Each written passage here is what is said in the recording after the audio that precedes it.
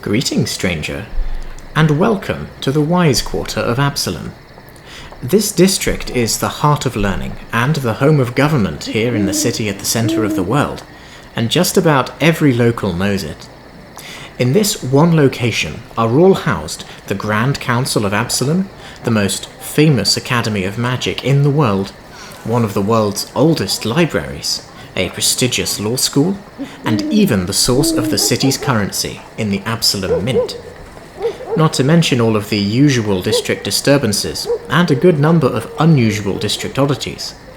I cannot wait to show you them all, so hop back onto the carriage for a crash course in education and learning, for the sun has set, and the taverns are full to bursting with rowdy students and strident political aficionados, which leaves the streets reasonably clear for a meandering tour. I plan on taking us on a slow, winding route up and down the district's streets, as most of its major points of interest are evenly distributed, I expect on account of how relentlessly proud they all are. Also, such a route will grant me plenty of time to explain the intricacies of each locale, because the Wise Quarter is, above all else, complex. Sure, it has, alongside the other districts, its local taverns with their unique founding stories and minor traditions, but only here will you find such an old and dense network of intrigue.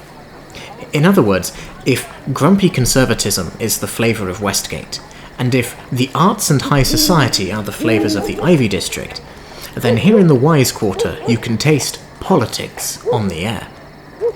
Some people can live and breathe it, while others might be spring-loaded to flee this carriage already, but fear not, for I do take your concerns seriously, and thus I do hereby swear to you to provide you with only the most fair and reasonable assessment of the district, just like every other person here. Well, with that all said, are you ready? Excellent. Then let's begin. Now, given that birds of a feather flock together, it should come as no surprise to you that the rich manor houses of the Wise Quarter border those of the adjacent Ivy District. Back to back and side by side stand these imposing, stately homes, and while each patron is free to choose their own architectural preferences, it remains plain to see how the district boundaries influence these choices. The Ivy District's manor houses are all unique, with the verticality of Arcanamirium Manor contrasting sharply with the stoic, squat Dacalane Manor, for example. On the other hand, the Wise Quarter is proud to privilege a particular preference in its buildings, as you can see. This district is sometimes referred to by the locals as the Towers because, well, look at them all.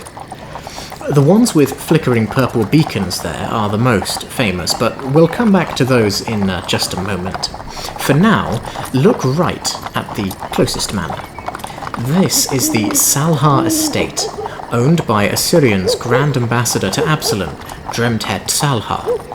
The ambassador is something of a controversial figure to the locals, because his love of the district is matched only by his desire to privilege Assyrian students' interests within it.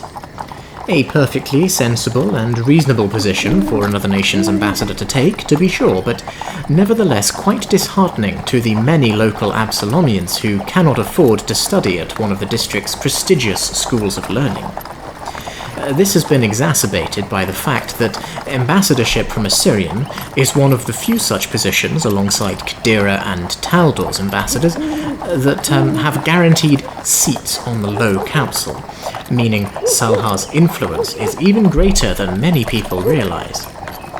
The Grand Ambassador is also a key ally of the Pathfinder Society.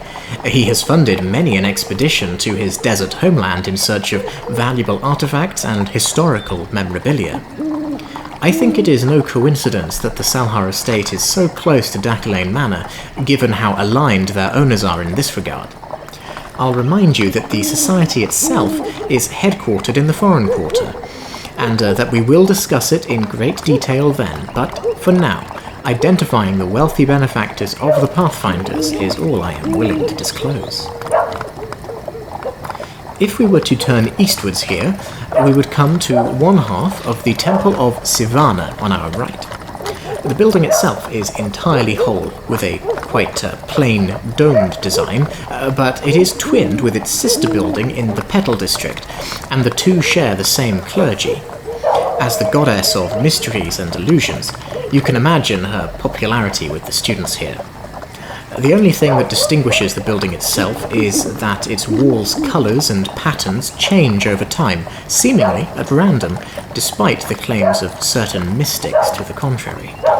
Perhaps they have unlocked the meaning behind the patterns, but I, for one, will not be paying the several platinum pieces they charge to tell me. But this mighty complex coming up on our left is where I would rather seek magical enlightenment. This estate is the Arcanamirium, and there is nothing quite like it in design, form, or function across the rest of the Inner Sea region. It has walls, towers, a portcullis, even its own private guard force, easily recognizable by their red robes and pikes.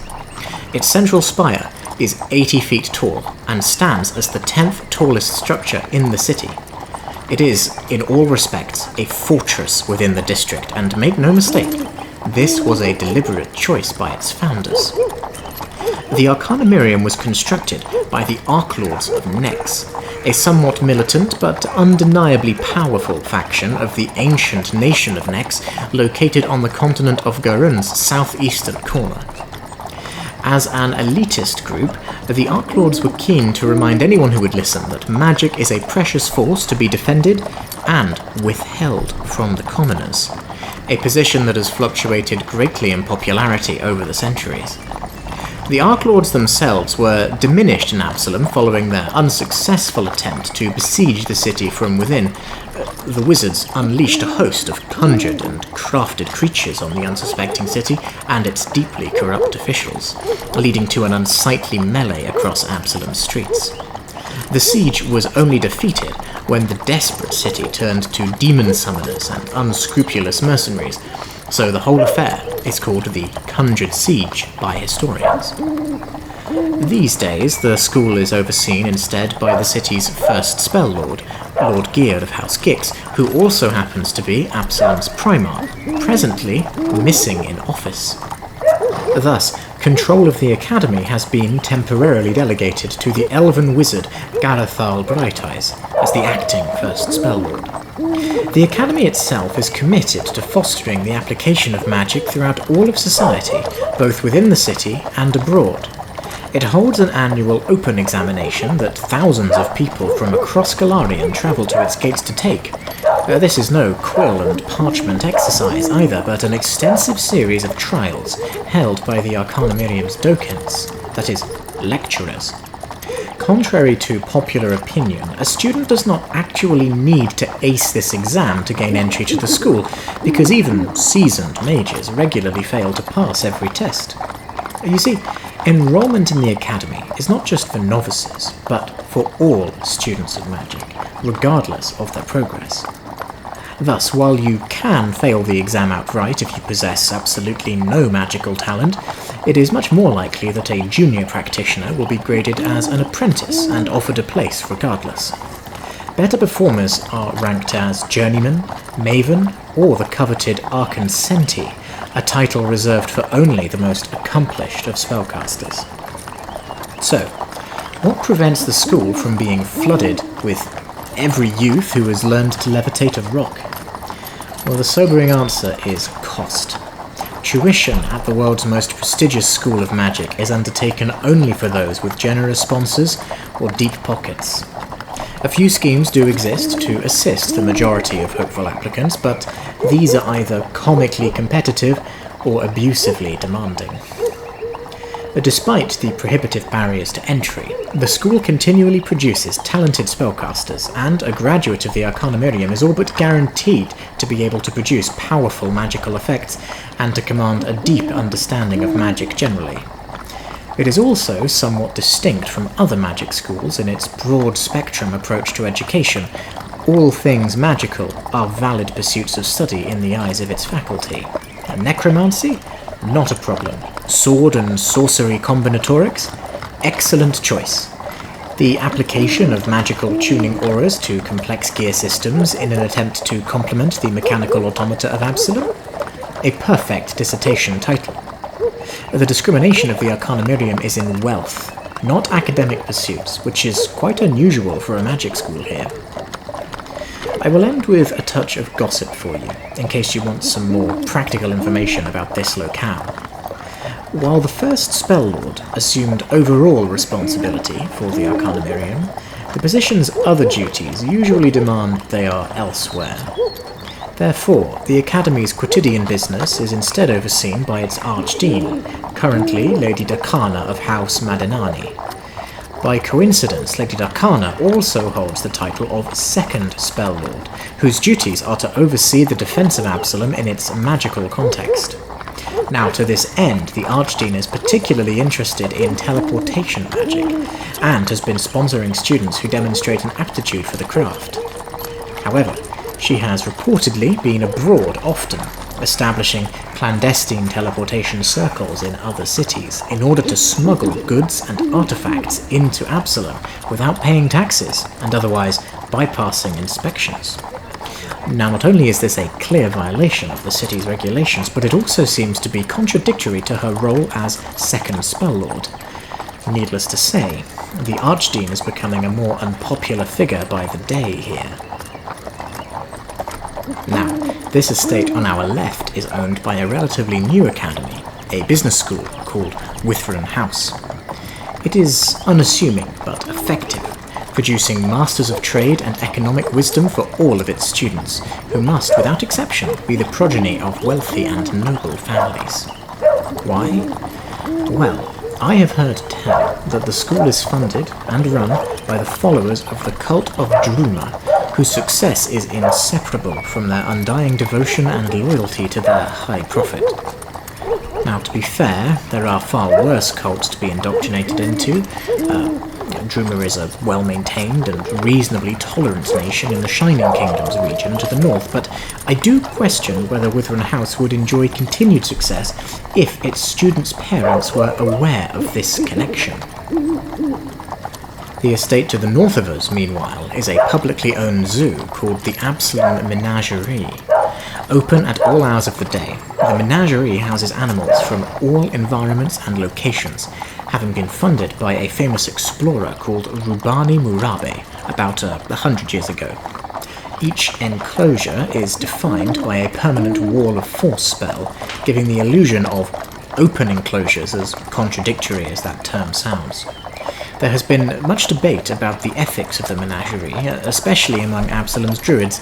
Most would rather see the zoo closed and the animals returned to their natural habitats, but a minority support the zoo for its constant conservation efforts around the world, and for the education it provides to urban folk who are unlikely to respect wild places otherwise. You can see Absalom's largest fortress approaching us now. It is called Aslanti Keep, and it is worthy of its own tour, so for now I would rather draw your gaze to that comparably small but nevertheless well-defended building in the shadow of its southwestern tower. Have you noticed that it doesn't have any windows? Well, that's because this is the Absalom Mint, which for the last 3,000 years has been responsible for the creation, regulation, and decommissioning of every single coin from the city at the center of the world. In case you are not too familiar, nations in this region more or less all base their currencies on the Absalom standard coinage. 10 copper pennies to a silver talent, 10 silver talents to a gold measure, and 10 gold measures to a platinum sphinx. The exact names vary across Golarion from place to place, but everywhere you go, the material's relative values as currency remain the same, thanks in large part to the Absalom Mint. Indeed, the Mint is so important that, similar to the Arcanamirium, it is overseen by a member of the High Council, in this case the Chancellor of the Exchequer, Scion Lord Kerkis of House Damak. That name might be familiar to you, because his relative, Lady Selene, was introduced as the Nomarch of Westgate during my tour there. House Damak is, without question, the wealthiest of Absalom's noble houses, and I promise you that their name will appear again and again. The Mint also has its own security force, a group called the Precious Guard, though their jurisdiction is limited to the Mint and to its officials, as the district's official police force here is called the Learned Guard instead.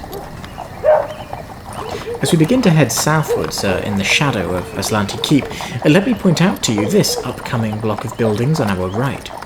Nestled snugly within lies the controversial Gallery Rousa, an art exhibition that lives to rustle feathers. If an artist's work is not scandalous or otherwise provocative, the curators are not interested in it. You would think that such a gallery would be better suited to the Ivy District, but I think its owners find it more entertaining to cause offence in this locale than one where such material is more tolerated. Well, we have now reached the middle of the district, which boasts quite a busy crossroads, during daylight hours anyway. Here stands the Absalom Academy of Law, normally shortened to just the AAL by locals. Despite the fact that its studies of law extend only as far as Absalom's borders, it remains prestigious internationally, and it would not be uncommon for foreigners to attempt to enroll here. Abroad, the city at the centre of the world is regarded by many, especially human nations, as the apex of legal jurisprudence, so it is not uncommon for a foreign bureaucrat to make a name for themselves by returning to their home country qualified to practice law in Absalom. Down the road to the right, back towards the Arcanamirium, lie two important buildings. The first is Wisdom's Refuge, a quiet, plain estate that serves as the headquarters for the Wise Quarter's local council. Its nomarch is Dalken Tord, a passionate believer in stability through education. He is well respected by everyone in the district, and is also credited with running the least fraudulent elections in the whole city, thanks in large part to the support of his Dokent friends in the Arcanamirium, who utilize magic to preclude foul play. A not insignificant proportion of revenue for his council has been raised through the introduction of a learning tax levied on all students enrolled within any institution in the district. Well, technically, it was levied on the institutions themselves, but it will not take you long to determine who actually ends up paying for it.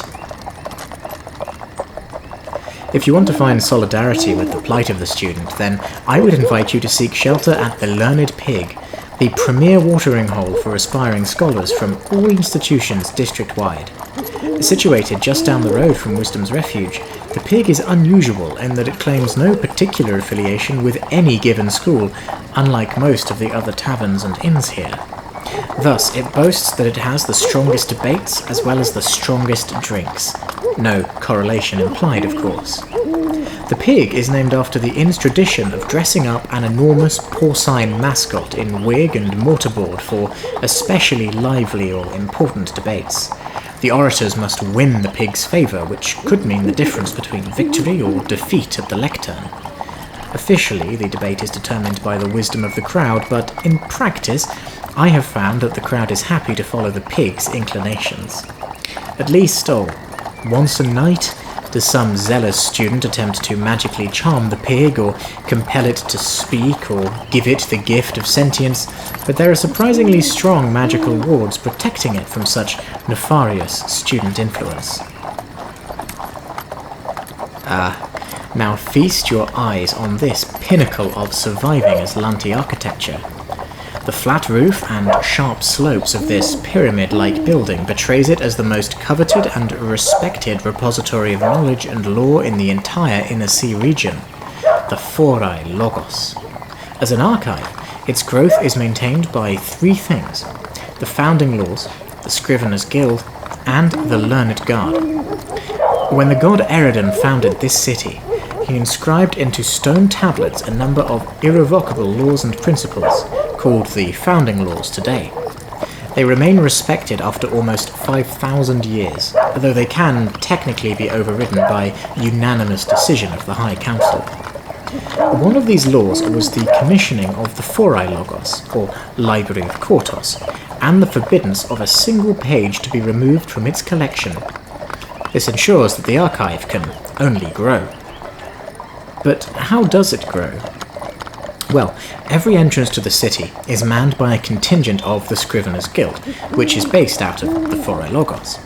Visitors to the city are required to relinquish all scrolls, tomes, books, folios, and other scripts for inspection against a master list of recorded entities in the library. If there is a new book brought to the city, then it will be confiscated for 1 week, during which time it will be copied and then added to the collection, after which it may be then reclaimed, free of charge. Now, if you are a perceptive individual, then you will notice that the founding laws only forbid existing knowledge to leave the library. They do not actually require that new knowledge is incorporated. Thus, it is actually possible to refuse confiscation of your property, but this incurs an extremely heavy tax, 1 silver talent per page.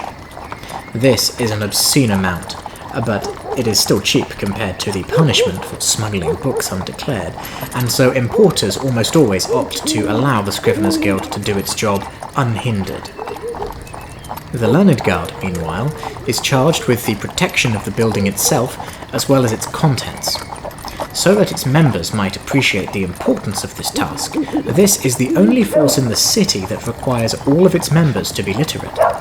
While the crime rate in the district is pretty low, and what crime does take place here is normally nothing more than tavern fights between drunk patrons, the Learned Guard is actually not committed to the protection of the district's populace during times of true crisis.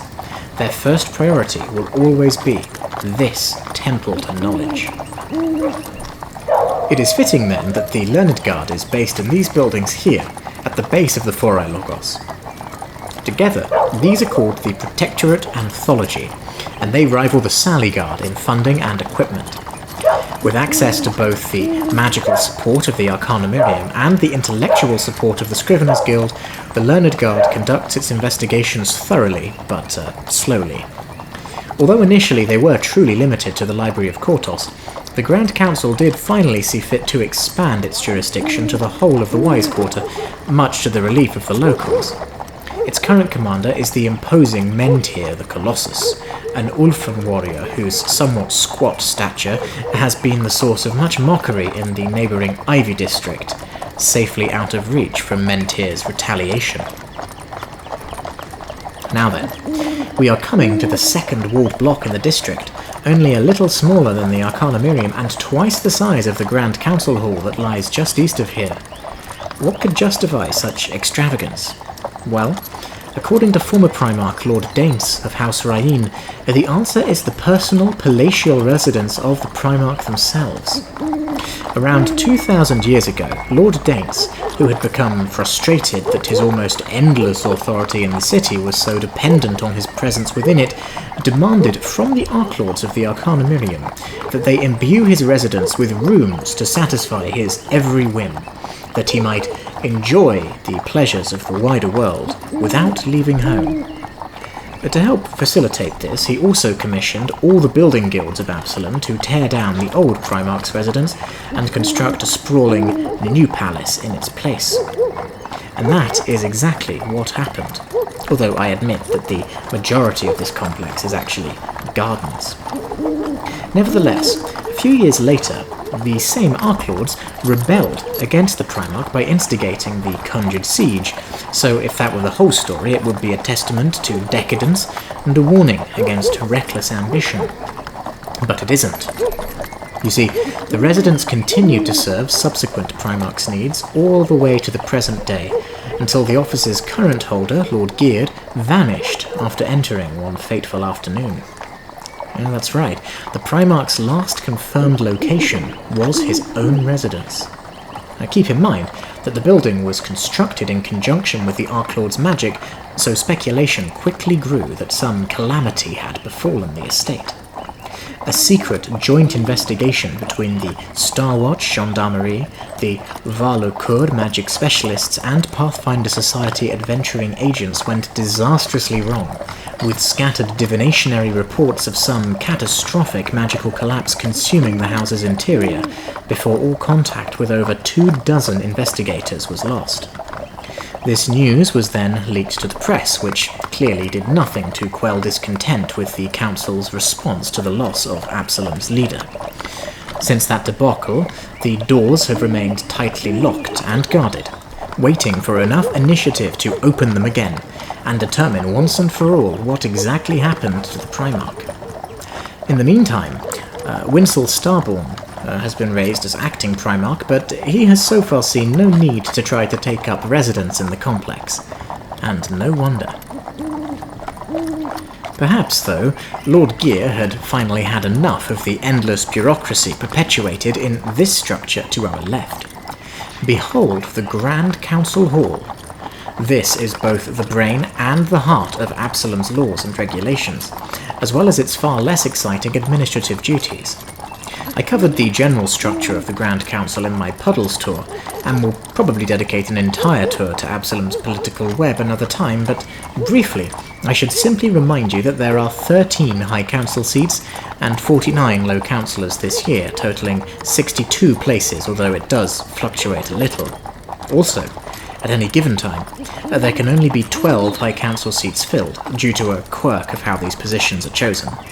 This is a bit of an open secret in Absalom, but the details quickly become convoluted, involving Eridan's eccentric founding laws, priceless magical artifacts of office, and politicians' bizarre interpretations of both these things. So, I will save a full explanation for the upcoming dedicated tour.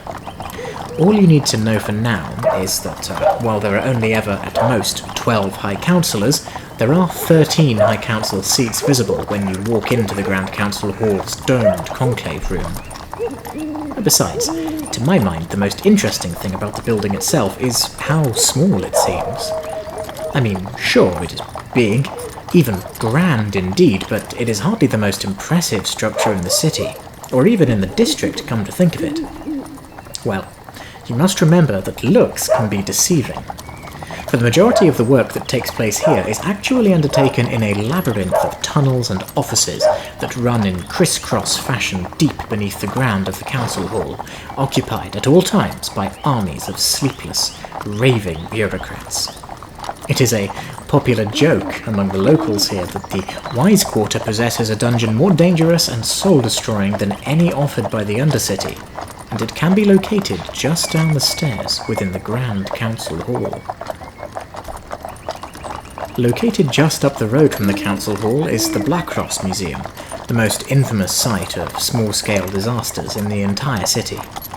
Maintained by the influential yet ignoble Blakros family, this building has, in recent years, been subject to invasions from the Shadow Plane, possessed by an ancient Magwani artifact, besieged by golems, haunted by its own exhibits, and otherwise imploded more times than anyone can remember. Pathfinder Society agents have had to rescue people from the museum and put a stop to its antics so often that its curator, Nigel Aldane, has reversed his previously sceptical views on adventurers. The Learned Guard has also forced Mr. Aldane to have visitors sign a disclaimer that waives their right to District Guard assistance in the surprisingly likely event that they become trapped, or otherwise suffer death, disease, injury, or emotional distress while on the property. A microeconomy has popped up around the site, driven by gambling on the next inevitable calamity to befall the place. I understand that the cause of much of this trouble has been its founding so-called Shadow Obelisk that allowed the museum's original owner, Ralzeros the Overwatched, to carve the property from a single piece of volcanic basalt. Unfortunately, many people are convinced that removing the obelisk from the museum would be more trouble than it's worth, so most have resigned themselves to the cycle of chaos, intervention, notoriety boosting sales, and then chaos again. Farther up this same road lies a more reasonable museum, the Avetectura. This is strictly a museum dedicated to the history and lore of ancient Absalom, and it has grown steadily over the centuries by patiently and quietly pursuing this goal. Indeed, its current administrator is the nomarch, Dalken Tord, which should indicate how subtly its influence runs. And here is the busiest square in the district, though at this time of night it is deserted. Welcome to Scriveners Square, distinguished by its enormous, indefatigable fountain known as the Inkwell. This has nothing to do with the Scriveners Guild, though, for they are based in the Forae Logos, as I have already said. Now, this square is famous throughout the city for being the home to almost all of Absalom's world-beating journalist industry. The city at the centre of the world is known for its newspapers, a daily ritual for most of Absalom's literate. From the offices that overlook the square, printers and scribes work to communicate current events, opinions, and the latest political developments of the Grand Council to anyone who will listen. Now, while most who partake will tell you with a scoff that their particular paper is the only neutral one, in truth the majority of these publications possess a moderate and consistent bias towards a particular ideology, family, or establishment. So, by strolling the stalls in the mid-afternoon when the dailies are published, you can get a reasonably well-rounded view of what's what and who's who in your present Absalom. This is almost an unheard-of event in the rest of the world, as the level of literacy, interest, and resource management required to maintain the industry precludes most other settlements from having more than a specialist monthly digest at best. In contrast to the maelstrom of political melees on the square, standing proud just beyond, lies one of the most universally beloved buildings in the district, the Silk Castle. It serves its customers' enthusiasm for kite flying, an extremely popular hobby in Absalom, and more serious entrepreneurs' interests in the combination of papercraft and magic. As one of the few truly apolitical establishments in the district, the Silk Castle commands the respect of many here. The Sword and String League is the city's most popular organisation for regulating kite-flying contests, which see hopefuls battle their kites out in the sky against others, testing their engineering and their dexterity by attempting to sever the strings of the competition. This takes place on a casual level all year round, but during the annual Festival of Ribbons, it becomes downright cutthroat. And finally, as we approach the Petal District, take a look at this small yet opulent palace lurking safely beyond the hubbub of the rest of the Wise Quarter. This is called the Palace of 13 Spires, on account of its 13 spires. Constructed to host visiting heads of state, the palace is otherwise a publicly owned but privately rented accommodation that charges eye-watering prices for each of its 4 connecting wings. A few times each year, when a surprise visit from another nation's head of state emerges and forces the district council to evict the palace's occupants, there are always significant grumblings from the wealthy but otherwise insignificant merchants and guildmasters who had booked an extended stay there.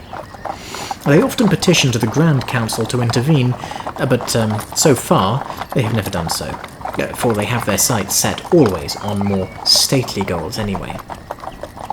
The Ivy District's White Grotto Music Academy somehow managed to secure the contract for its magical staffing and amenities, which has embittered its relationship with an envious Arcanamirium, but the artists have always smugly maintained that their craft is better suited to hosting the mighty than the mage's, quote, dusty librarians. This has proven to be quite an extended tour around what is undoubtedly my favourite part of the city. There is nothing that quite compares to the intellectual wrestling matches that take place here each day, turning the diplomatic wheels that determine the lives of hundreds of thousands of people, both here and abroad. Yet who decides how those wheels should turn? The answer to that question can be found in my next tour, which will introduce you to Absalom's so-called Shadow War that has been developing without end or pause since the city's founding, in its wealthiest district. It is called the Petal District, and you can see its sprawling estates quite clearly from here already, up there, proud on Eridan's Hill. From their spectacular palaces, the noble houses of Absalom, and beyond, determine the fate of millions. So, it would be best to take a little break before diving into that particular hive. Why not make your way back to the Learned Pig and listen to what our most enthusiastic student politicos have to say about the government? The drunker you are, the more sense it is likely to make. Then meet me back here in a couple of hours. Once the moon has peaked, we will begin our nighttime tour. Well, until then.